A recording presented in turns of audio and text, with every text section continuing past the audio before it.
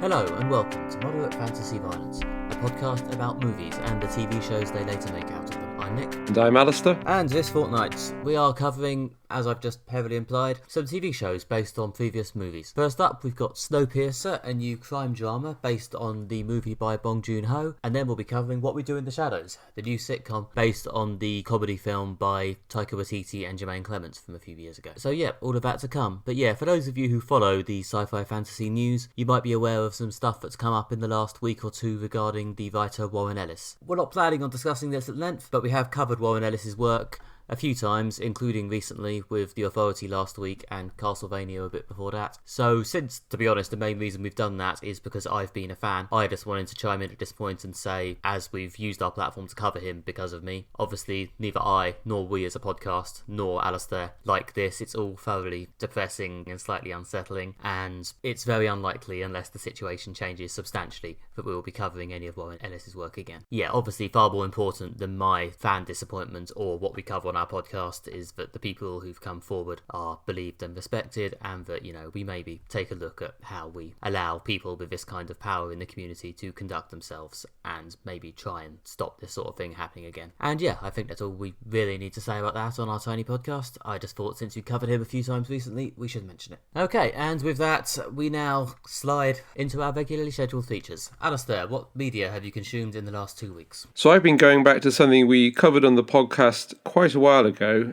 several years ago, but I've read the latest Ben Aranovich novel in his Rivers of London Peter Grant series of novels. I think it was 3 years ago, maybe, on the podcast that we covered his novel The Hanging Tree in the review section. But yeah, I've read the most recent one, which is called False Value. For those who haven't read them, they're a great series of novels following Peter Grant, who is a trainee detective in the division of the Metropolitan Police in London that investigates magical crime. So yeah, he's also, as well as being a detective, he's an apprentice wizard to his wizarding master, who's also his governor in the police, DCI Nightingale. The most recent book, which came out, I think it was earlier this year, sees Peter go undercover in a tech company, again, to investigate some sort of strange magical things going on. Yeah, I've been reading this over the last few weeks. It's really good. Along with the previous novels in the series, it has the same sort of humour. You know, it's all written from first person, from Peter Grant's point of view, and he's a great narrator with a really good sense of humour and has like interesting, sort of slightly sarcastic observations to make. I was reading this at the same time we were watching devs for the podcast, and it was interesting to be consuming two different bits of media, both about strange going on in tech companies. I think overall I probably preferred False Value because it just came together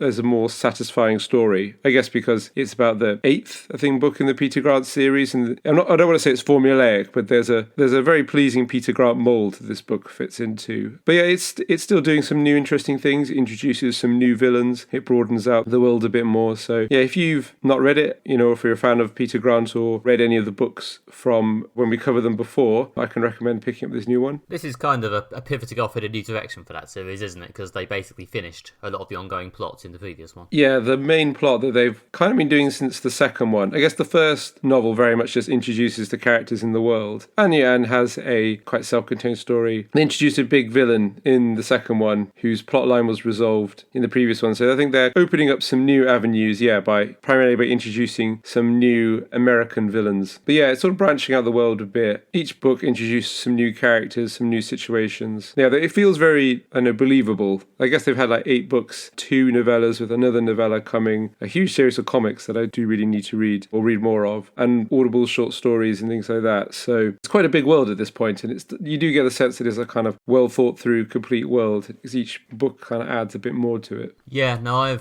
up to date on all the books except for this one, but I am a bit behind on the sundry associated media. It's only read like 1 volume of the comics. God knows I haven't read any of the Audible exclusive material or anything like that. Occasionally they'll drop a reference to something in the book that I'm not quite familiar with, even though I've read all the books. I'm like, oh, is that something that happened in one of the comics or something, or is that just something you're not supposed to know about? I guess it's similar to, reading comics that have multiple crossovers with different characters in different streams, that sometimes if there's a reference, you're like, oh, that happened in another thing I wasn't aware of. Based just on the couple of volumes of the comics I've read, there has been an effort to make them feel like they count on some level, which is nice, yeah. I suppose. But they are all written by, I think the comics are co-written with someone else.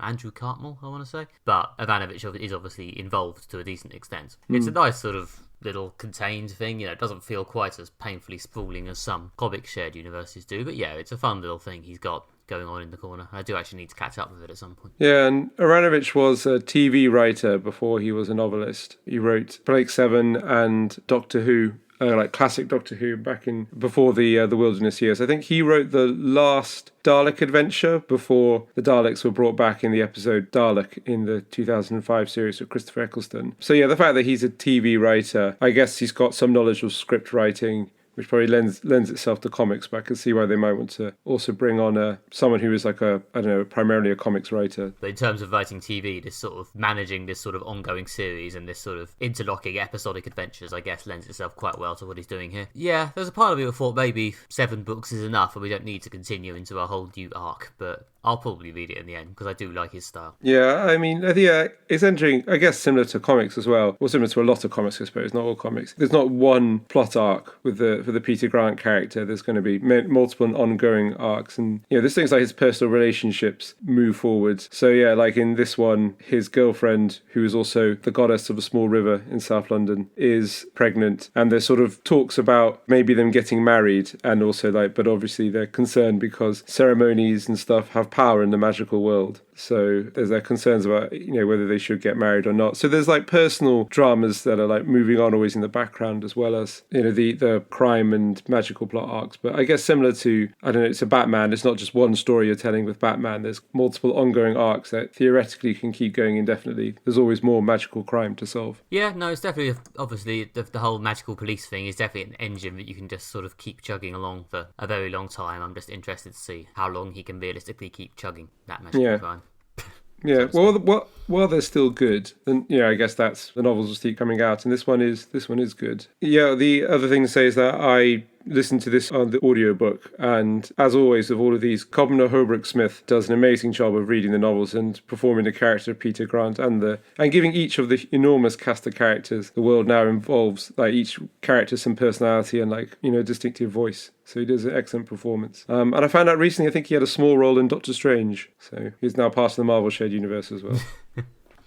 Nice. Anyway, so yeah, I've been enjoying lockdown by getting some reading or audiobook listening done. Nick, what have you been up to during your splendid isolation? This fortnight, I've been watching the Harley Quinn animated series, which is, I believe, part of the DC Universe streaming service in the States, but has just started going up in the last couple of months on Channel 4 here, so I was able to watch it on the All 4 on-demand, crappy advertising ridden app. So yeah, this is about, obviously, Harley Quinn, the Batman villain / Joker love interest / main character of Birds of Prey, which starred neither of those men. And this is, again, about her breaking up with the Joker and striking off and trying to become a supervillain in her own right. Yeah, leaning into the slight silliness of to move up in the supervillain ranks and become a member of the Legion of Doom, which is the sort of the big corporate supervillain organisation run by Lex Luthor, and get a crew together and do heists. And yeah, it's very much egging up the sort of comic booky supervillain aspects. I always enjoy, for some reason, the line of humour which comes up in superhero comics sometimes, which is sort of supervillains as workaday schlubs, just guys turning up and plodding through their job because it's what they do. And yeah, there's quite a lot of that in here, especially all the sort of B-list villains Harley Quinn ends up getting for her crew of losers who are working with her throughout the series. It is just this group of schlubby losers, and it's just quite funny. And there's an impressive quantity of swearing and violence in this animation, considering it's quite Batman adjacent. It's not one of those things where Batman is mentioned but conveniently off screen. Since it's a cartoon, they don't have to waste social capital actually casting someone. Batman does just show up every so often. There's a whole ridiculous episode where Harley Quinn gets into this pissing match with Robin, which is quite funny, mostly because she just thinks it's quite embarrassing that she has to spend her time dealing with Robin rather than Batman. That does sound funny, actually. Yeah, that was good. Yeah, it's very much a combination of schlubby supervillain stuff and jokes about the ridiculousness of Batman. It's all stuff I can really get on board with. So yeah, this did very much work for me. As I say, it's on All 4 in the UK now, so you can watch the first 8 or 9 episodes for free. So you don't even have to pay for a streaming service. Yeah, sounds really good. Is this supposed to be sort of companion piece to the new film, or is it just a coincidence that it's picking up with Harley Quinn having broken up with the Joker? I mean, I think if anything, it's a kind of alternate take, if only because it does show Harley Quinn breaking up with the Joker, and it's nothing like what happened in the film. Yeah. So it's very much an alternate version of Harley Quinn. I think it's voiced by Kaylee Cuoco from Big Bang Theory. So yeah, Margot Robbie isn't around for this one. So yeah, it's very much just another version of Harley Quinn. And again, it's sort of embracing even more the sort of crazy Looney Tunes Deadpool aspect of the character. Oh, cool. Yeah, I can imagine that working really well in a cartoon or animated series. I like the idea also as superheroes as corporate shrills, or people who like just trying to climb the professional ladder in a sort of what's basically like a large firm, but it's evil, or an evil supervillain organization. Well, yeah, there's this sort of contrast between a lot of Harley's crew who are just losers doing like street gigs, and then there's this massive corporate organization where all the cool supervillains like Lex Luthor and Sinestro live. It's a weird hierarchy, but yeah, it's fun. Yeah, that does sound good. There's occasional moments of ridiculous ultra-violence. Yeah, as I say, a surprising willingness to bring on DC big-name heroes so they can be humiliated or just stand there rolling their eyes at the ridiculousness of the main characters. Like, Superman's turned up, Aquaman and Wonder Woman have both turned up. I assume this is from the sort of postmodern, slightly ironic, self-deprecating superhero humor sort of stable, like trying to sort of making fun of the ridiculousness of the whole idea in a sort of self-aware kind of way is the sort of humor they're aiming at. Mostly, yeah. I think it's sort of taking it seriously to a degree that it's not quite, lol, we're wearing capes and fighting crime, isn't it stupid? I think we're going with the acceptance that superheroes are a thing that happens. But then again, they do still laugh at Aquaman, as we all do. So, yeah. There is that too. But yeah, I mean, there is a sort of, like a lot of sort of good comedies, and, we may come to this later with What We Do in the Shadows, there's a sort of vague undercurrent of, maybe seriousness is the wrong word, but a sort of relationships between characters that actually do have some level of depth and you actually are allowed to care about, rather than just straight up silliness or eye-rolling straight mannery or whatever. The supervillain Poison Ivy, as played by Uma Thurman in that movie. We should not name that film because it is too bad to mention. Not played by Uma Thurman here, but yeah, I think she's played by Lake Bell, I think. Anyway, is a regular character as Harley Quinn's main female friend and support network, and their relationship is actually quite nice and quite sweet and quite well handled as a thing we should actually care about. So yeah, there's some good bits in there. Speaking of that movie, actually, there's also quite a good version of Bane. Oh, right. Just as this sort of hair-trigger lunatic terrorist. It's quite funny. That does sound good. I get what you mean in that you do need there to be some kind of strong character relationships for the comedy to fall back on. It can't just be, silliness or self-aware quips. There does need to be that character relationship. Not to spoil too many of my points for What We Do in the Shadows. Yeah, the one point I guess I would make is that if you're going to watch this, I would recommend watching at least the first 2 episodes before making a firm judgment on whether you're going to continue, because the first episode does have a bit of the old clunky pilot syndrome going on. Watch the second one as well. The second one's got some amazing jokes in it. If you haven't laughed at all by the end of the second one, then maybe it isn't for you, but the first one is perhaps a bit of a slow start. But yeah, aside from that, good show. First up, in this episode of TV film adaptations, we have Snowpiercer, based on the film by Bong Joon-ho. After an attempt to reverse global warming goes wrong and the world is frozen, the only survivors are the residents of Snowpiercer, a train that is 1,001 cars long. Snowpiercer has a rigid class system, with first-class passengers at the top and unticketed passengers at the bottom. The show follows Leighton, played by Daveed Diggs, a former homicide detective who is brought in from the rear of the train to solve a murder in first class. So this TV show is going up week by week on Netflix in the UK. We've seen 5 episodes, which is all that's available right now. So Nick, what did you think of this show? To be honest, my review of this is going to kind of resemble my review of Space Force last time, in that I thought it was a sort of a combination of, this is sort of okay in a watchable kind of way, but it doesn't seem like it's entirely living up to its potential. Like, the cast are good, the premise clearly has a lot of interesting things going on. I mean, it's a bit of a massive, obvious, clunking metaphor, as seen in the movie The Platform a few weeks ago. Sort of like, there's a train, the class system goes up the train, there you go. It's a big tube that represents social class. But yeah, it's a strong enough premise for a sort of straightforward story, and they're doing it okay, and they've put a decent amount of money into it, but I don't know, it doesn't feel like they're doing anything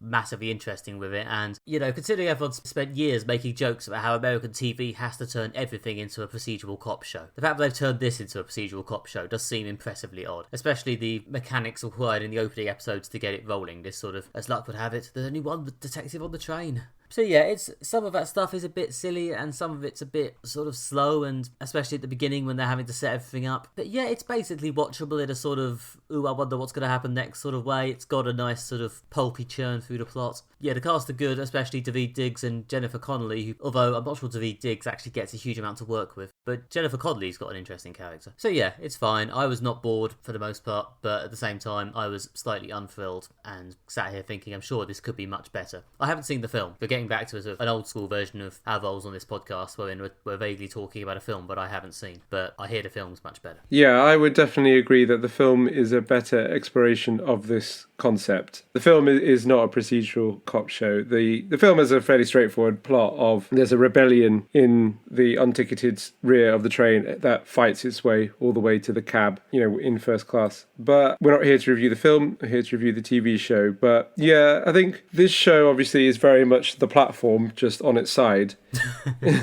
Yeah. It wears its metaphor on its sleeve. It's a world where there are literally first-class people and people who don't get a mention. There's a lot of interesting things about the dynamics of the class system. Various ways, like for example, how the people in the third class and the second class are roped in very much by the first class to kind of persecute and keep at bay the steerage crew. The first class are very good at manipulating second and third class with their fear of losing the tiny amount of status they have in the system to not unite with the people who want to topple the entire system. And also with the associated metaphor that, we've got to keep society on the rails. You've got to keep moving forwards because it's literally a train. Yeah, there's a fucking opening narration about it, which I was getting pretty this is silly about by the 5th episode. Yeah, each different character has like an opening monologue. Although I do like how all the monologues always end with Snowpiercer 1001 cars long, which is a nice sort of tagline, but... I like it in the way that I found it quite funny. Yeah. If I was meant to be taking it seriously, I didn't. Yeah. Again, going back to reviewing the film, one of the things about the film is the film has a sort of hyper reality to it, which I guess they have in the TV show to a bit. The film obviously is quite grim and quite dark. It's not like they're acknowledging the humour or the sort of vaguely ridiculousness of it, but there's a sort of bizarreness to the film. It's almost a bit like Terry Gilliam-esque, maybe a bit like Brazil or something like that. Whereas the TV show kind of plays it much straighter. But yeah, I really like the metaphor. I really like the politics of it and like how kind of straight up political it is. But the concept's not particularly subtle or complicated, so it is better explored in a film. Yeah, I felt like some of the attempts to do the class stuff were a bit on the nose at times. I mean, like, some of the rich people really are like caricatures. Then again, every time I think, that bad person on that film or TV show is a bit of a caricature, someone pops up in reality who's far worse. So yeah, I'm sure they exist. But yeah, it seemed like it almost borderline Hunger Games level of the cartoonish rich people partying while everyone else suffers. Yeah. Sitting constantly in this opulent dining room, seemingly never leaving it. It's not subtle, I suppose, is what we're saying. Yeah, and I guess the problem is if you just wanted to quickly make the point that these rich people are opulent layabouts, then yeah, I guess you would just flash a couple of shots of them sitting in their dining room. But over the course of like 5 episodes of a TV show, the half season we've seen, it's like, is this it? Do these people do anything else? Do they have like lives outside this dining room?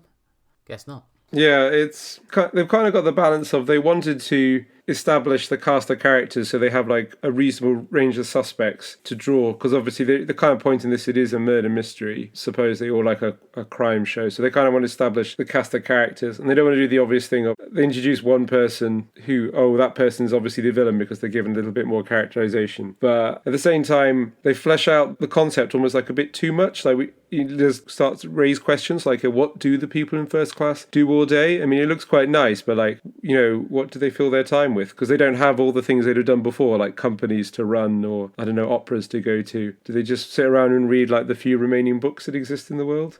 Yeah, I mean, is the idea that the whole of first class are people who are just flat out too rich to have jobs? Is it meant to be like the second class are like white collar jobs and the third class are like blue collar jobs? Is that basically it? Yeah, that's it, because the second class are like, there's the doctor is like in second class, there's the scientist, and your various people who like are doing some of the more technical work. Yeah. So yeah, like managing like the sort of systems of the train. But yeah, then the third class people are, the kind of the security staff, the engineers, and the steerage are only brought in for like all sort of grunt labour work. Like there's like sewage detail is one of the few things that they're allowed to leave the steerage for to work on and things like that. Yeah. And then being a policeman is one of the few things that offers some kind of social mobility. Because weirdly no one thought to include any competent law enforcement. Yeah, well, I guess they've got enforcement because they've got security staff. Yeah. They don't have detectives, I suppose. Yeah. Yeah, anyway, I should probably stop harping on that one coincidence now. It just seemed a bit of a plot-friendly omission. It does seem like an odd thing to do with this. Like, again, it's one of those ones that, to be a fly on the wall of that pitching session when they're like, okay, so yeah, we've got this like sci-fi film about a rebellion in this class-based society. Is it like it, political, on the nose right now? Yeah, very trendy. He goes, and also we're going to make it a cop show.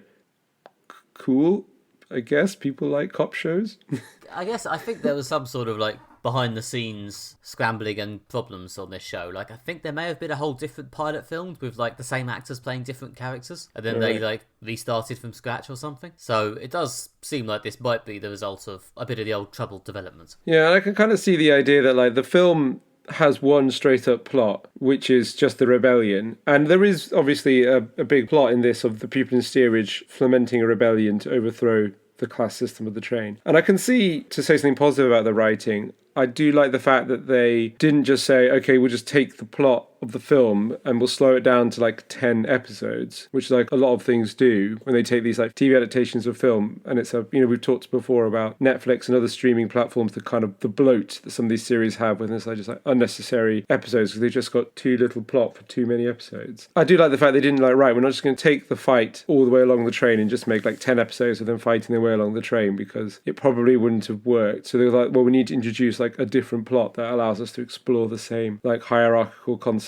So okay, so who's the sort of person who can move between classes? I guess it would be a detective, which is kind of how the classic like Agatha Christie detective novels worked, in that the detective was a character that can move between the kind of the upstairs and the downstairs of the kind of country house of these murder mysteries. So there is some, I think, intelligent writing there. It is just a slightly bizarre decision. Yeah, I kind of wish that there were at least a few characters who we got a bit more under their skin, or they were a bit more entertaining to spend time with. Like, Daveed Diggs is doing the part he's got fine, the sort of Detective Layton character, but he's not really being massively well served by it. Like, isn't he like really charismatic in like his music work, and he was in Hamilton and stuff? Yeah, no, he's a phenomenal performer. He was Jefferson in the original Broadway production of Hamilton, and he's also the front man of Clippin', really good sort of electronic rap outfit, who did an amazing album called Wonder and Splendor, I think, which was nominated for a Hugo Award. Yeah, I know he's meant to be a really charismatic guy. I don't really feel like he does a reasonable sort of meaningful stare here, but I felt like they could have given him a more interesting part. Yeah.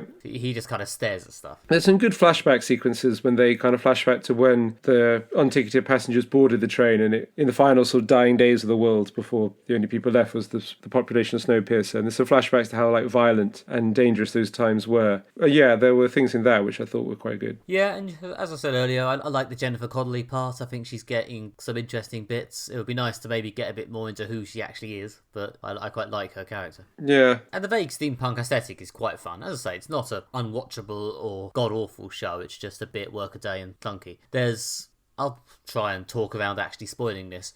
Towards the end of the 5 episodes we watched, there's some sort of reveal about the person who did the murders, or might have done the murders. You know, it's halfway through the season. This could still be doubled back on. Yeah. It was a bit of a strange reveal. It was a bit of it's this person who's barely spoken. And yeah, I don't know. If that is meant to be it's a bit of a was that it moment. And the way it was revealed was again a bit sort of, it turns out this person who's barely spoken is actually cartoonishly evil. I had a sort of weirdly similar but also different reaction to that. I did have the exact same thing when they revealed who the murderer was. I was a bit like, oh, is that it? The exact same reaction you just described. But mainly because I felt it was too obvious. They'd focused on that character too much. I don't know, maybe I was kind of like, I was watching it and going like, oh, the show is kind of subtly nodding at, see this person who's like always in the background, aren't they slightly suspicious? And I was thinking like, all right, I see what you're doing here. It would be really obvious if that person was the murderer. I see what you're doing is setting up that person to distract me from the twist of the real murderer. Oh, actually, no, it is that person. It's not a double bluff, it's just a bluff. Yeah, perhaps stupidly, I did get, but they were obviously nodding at that character to do something in later episodes. I just hadn't quite realised that thing was be the murderer. Although I still think it's possible it might end up being a bluff. Yeah, obviously we're only halfway through, and I was slightly disappointed by that revelation, so I hope that my disappointment is unfounded. Yeah, although the last episode, which is a sort of aftermath trial episode after that revelation, was actually quite good. I quite enjoyed that. Yeah. I might watch the rest of it at some point. At the moment, I have quite a lot of episodes of Dark to get through. But yeah, I may at some stage go back and watch the balance of 5 episodes and see how they finish this off. Yes, similarly, I'm also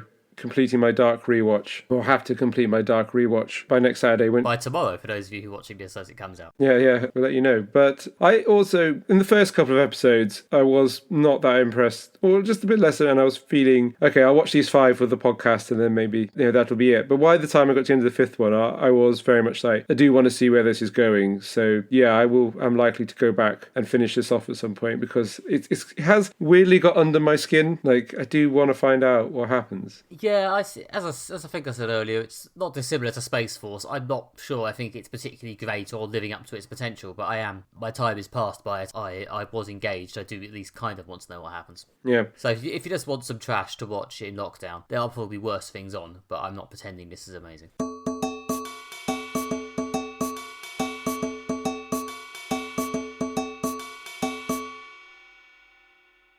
Next up, in this film adaptation special, we will be reviewing the second series of What We Do in the Shadows, a vampire mockumentary based on the film by Taika Waititi and Jermaine Clements. The second series follows the misadventures of vampires Nando the Relentless, Laszlo, Nadia, and Colin Robinson as they live in Staten Island, whilst Nando's familiar, Guillermo, must hide the fact that he's secretly a vampire slayer. We both really enjoyed the first series of this comedy, so I'll start, Nick, by asking you, did you think the second series lived up to the first? I think it did, actually. I thought might have even been slightly better. I think the first season had a few episodes which felt a bit low impact, maybe. A bit like they basically just didn't leave the house and just sort of dicked around a bit. And then the episode ended without it really building to like a big comic conclusion. But there were always good lines and it was always quite fun. But I felt like the second season, there were a few more like good set pieces or good like standalone episodes that I really enjoyed. I liked the Super Bowl party, which somehow made the old superb owl joke actually seem funny again. Or the one where Matt Berry's character Laszlo goes on the run, which I thought was hilarious. Yeah, I really enjoyed this show. I find it a vast amount of fun. I don't know if this is sacrilege or not. I honestly haven't looked into the perception, but I may actually prefer the show to the film. And I did actually watch the film fairly recently, so I'm making that decision with like real memories. I agree with you that I do prefer this series to the film. I think they're both really good, and I'd recommend them both. And they're sort of separate, so you can watch them in any order. I liked the film a lot. The humour of the film is very much vampires living in the modern world sort of thing. Like, it's just the joke is very much like they're vampires and they're housemates. You know, it's funny, and obviously Jermaine Clements and Taika Waititi are very funny in the film. But what I liked about the TV show is the TV show is just a lot sillier and a lot more over the top, and like the characters are just a lot more ridiculous. And it's like that kind of silly, oddball humour is very much my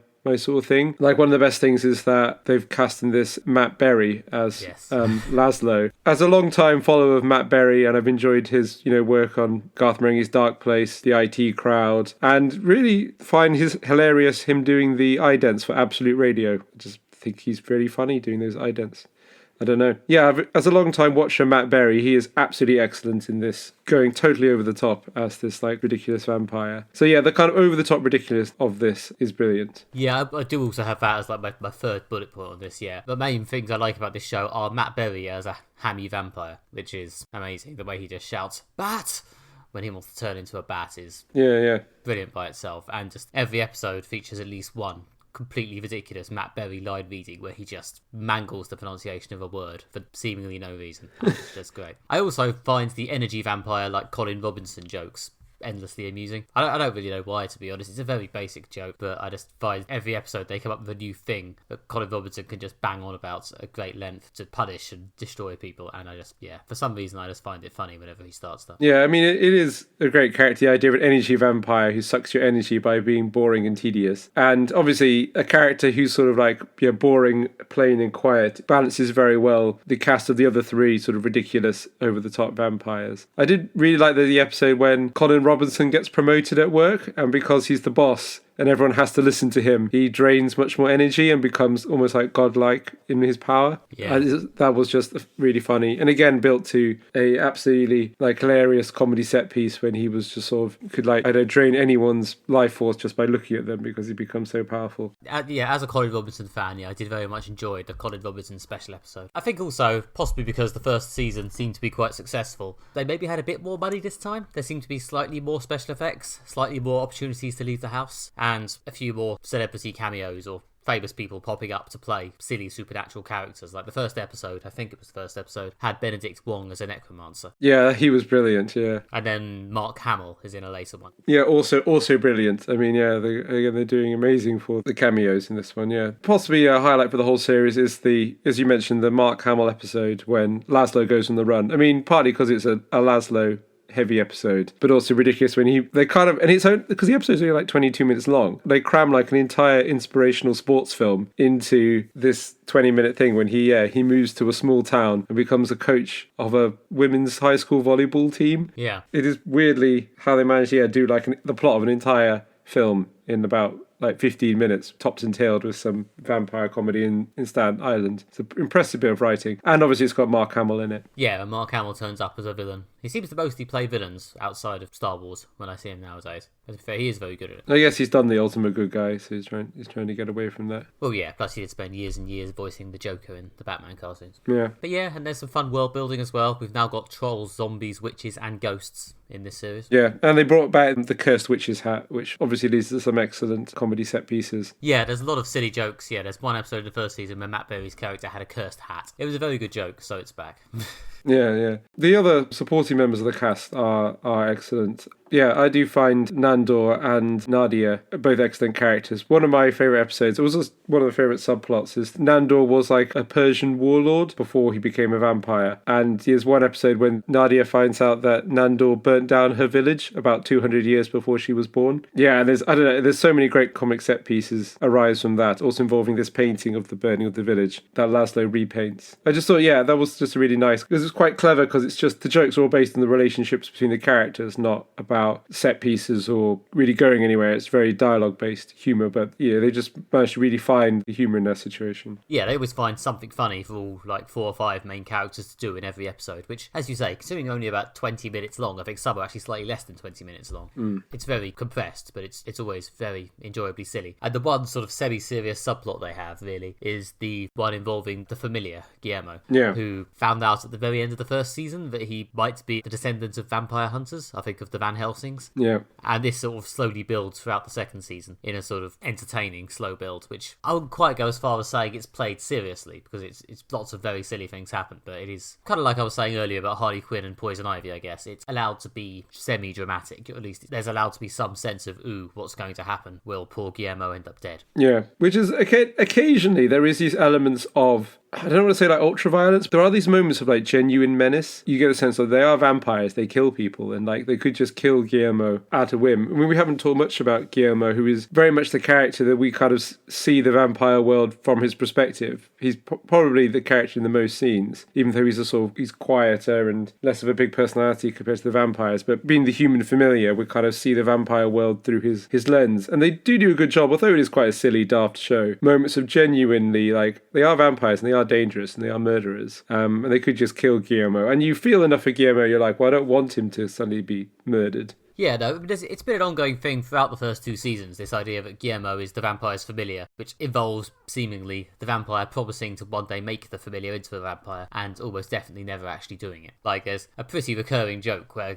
Guillermo meets other vampire familiars who are, like, very old men, who are still sitting there going, any day now, he's gonna make me a vampire, and then giving the camera the sort of despairing look. Yeah. And that happens quite a few times. And to be honest, it's an arc that's maybe starting to get a little bit played out by the end of the second season, so I don't think Alistair's seen the final couple of episodes, so I'll refrain from spoiling it in detail, but there is some positive forward motion on the whole Guillermo storyline by the end of the season, and it's probably for the best. Hit some new beats in season 3. Yeah, I liked in season 2 they added the fact that he's like a vampire slayer and is sometimes he's always killing vampires, sometimes by accident. Yeah, the fact that his inherited vampire slaying skills often means he just basically just trips and falls on them whilst holding a stake is quite funny. Yeah, they make the most of that comic beat. Yeah. The writing is very good, and the strength of the characters is clearly the core of the show, in that the characters are funny, they're well played, and they're well developed, and they work well as a group. I mean, it does focus very much on this core cast of characters. Like a lot of like the best sitcoms, you've got a really strong core cast of characters who are basically in the main backbone of every episode, so that you don't really want to go anywhere else because they're great characters to spend time with. And I do like the show does have its like warm and touching moments. That it's not all just kind of silliness and like occasional bits of ultra violence. There's a sense of camaraderie and friendship between the vampires and also the Guillermo. I mean, there's at least one, and I think more than one episode that ends with kind of a group hug, although they're often that Guillermo's left out of. There is a real sense of kind of warmth to the show as well as the comedy silliness. I think when we were talking last week about Space Force, we said that's something that show did as well with its comedy, in that it would always kind of end on a warm, touching note, which I think a lot of the best sitcoms do. Yeah, I think this show's a bit more wry, a bit more sort of darkly comic with its touching moments. Like, it very rarely just ends on a straightforward group hug. Yeah. There's often someone gets decapitated during the group hug or something. There's often something ridiculous happening. Yeah.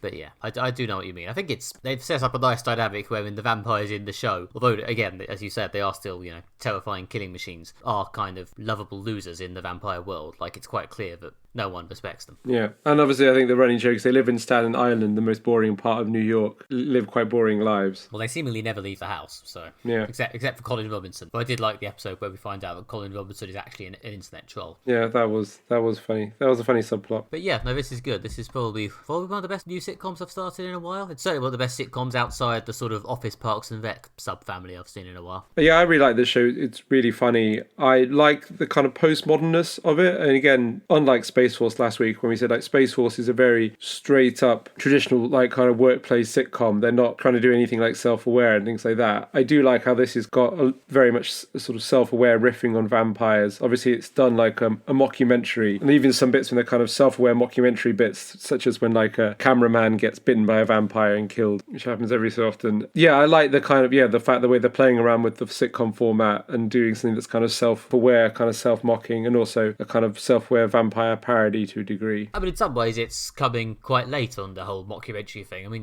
we're here with this after, like, they've already done the various ones they did in the UK, plus 9 years of US Office and 7 years of Parks and Rec and God knows what else. So it probably helps that whole format is also sort of due for a bit of satire as well. Yeah. It's an established format. This is the first time I've seen them try to do a mockumentary that's not trying to really pass itself off as a documentary. I mean, a lot of the way the mockumentary works is that this could be a real documentary, just the characters are really silly in it. So thinking of like The Office or the US Office, all the thick of it. The Office could just be a behind the scenes of a workplace documentary, just this workplace is full of weird people. Similar to the thick of it. It could just be a documentary about being in government. I've seen a lot of documentaries that are behind the scenes of government, but it's got a cast of crazy people, such as Malcolm Tucker and co. Whereas this obviously is very much trying to, though it's like mockumentary, it's not trying to pretend it's reality, which is a nice sort of subversion of the mockumentary format. What I like is that they're still clinging to the idea that they are making a documentary. They are doing the interviews and they are being filmed. There's always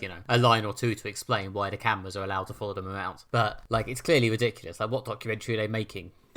which TV channel is just happily sitting here filming these vampires murdering piles and piles of people? Yeah. It's completely stupid, but they're sort of pushing through with it. Like, it's people giving interviews, except instead of talking casually about what they think about that colleague, it's always about how this happened in their village 300 years ago. And yeah, no, I do find the knowing deadpan stupidity of it quite good. Yeah. So yes, on for 2 film adaptations we've covered in this episode. I'd suggest you watch this one. Yeah, definitely. It's all up on BBC iPlayer, so certainly for our British fans, you can just go and watch the whole thing right now. And I hope they keep making it. Like you say, if they could move it on a bit in the next series to kind of mix up the relationship with Guillermo a bit, because then do you get what you're saying about that? The joke may have run its course, but I do really like it, and I really hope they keep making it with the same cast and the same writers, because it is brilliant. Yeah, well, according to some basic Wikipedia looking, they've been renewed for that 3rd season, so we're good for the moment. Oh, excellent. It can rest easy in my coffin.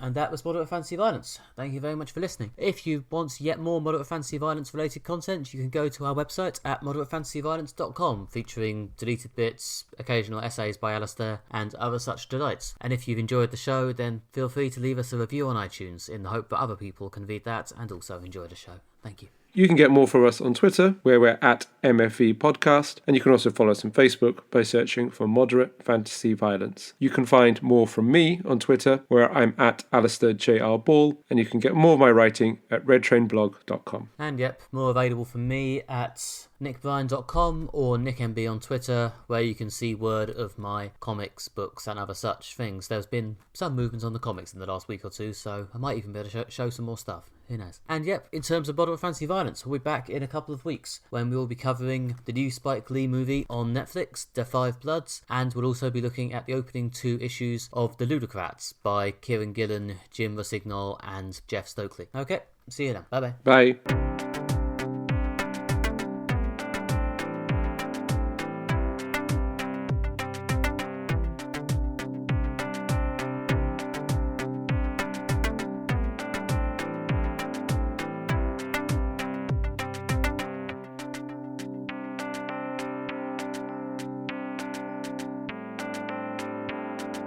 The second series follows the misadventures of vampires Nando the Relentless, Laszlo... Nando. Was it Nando?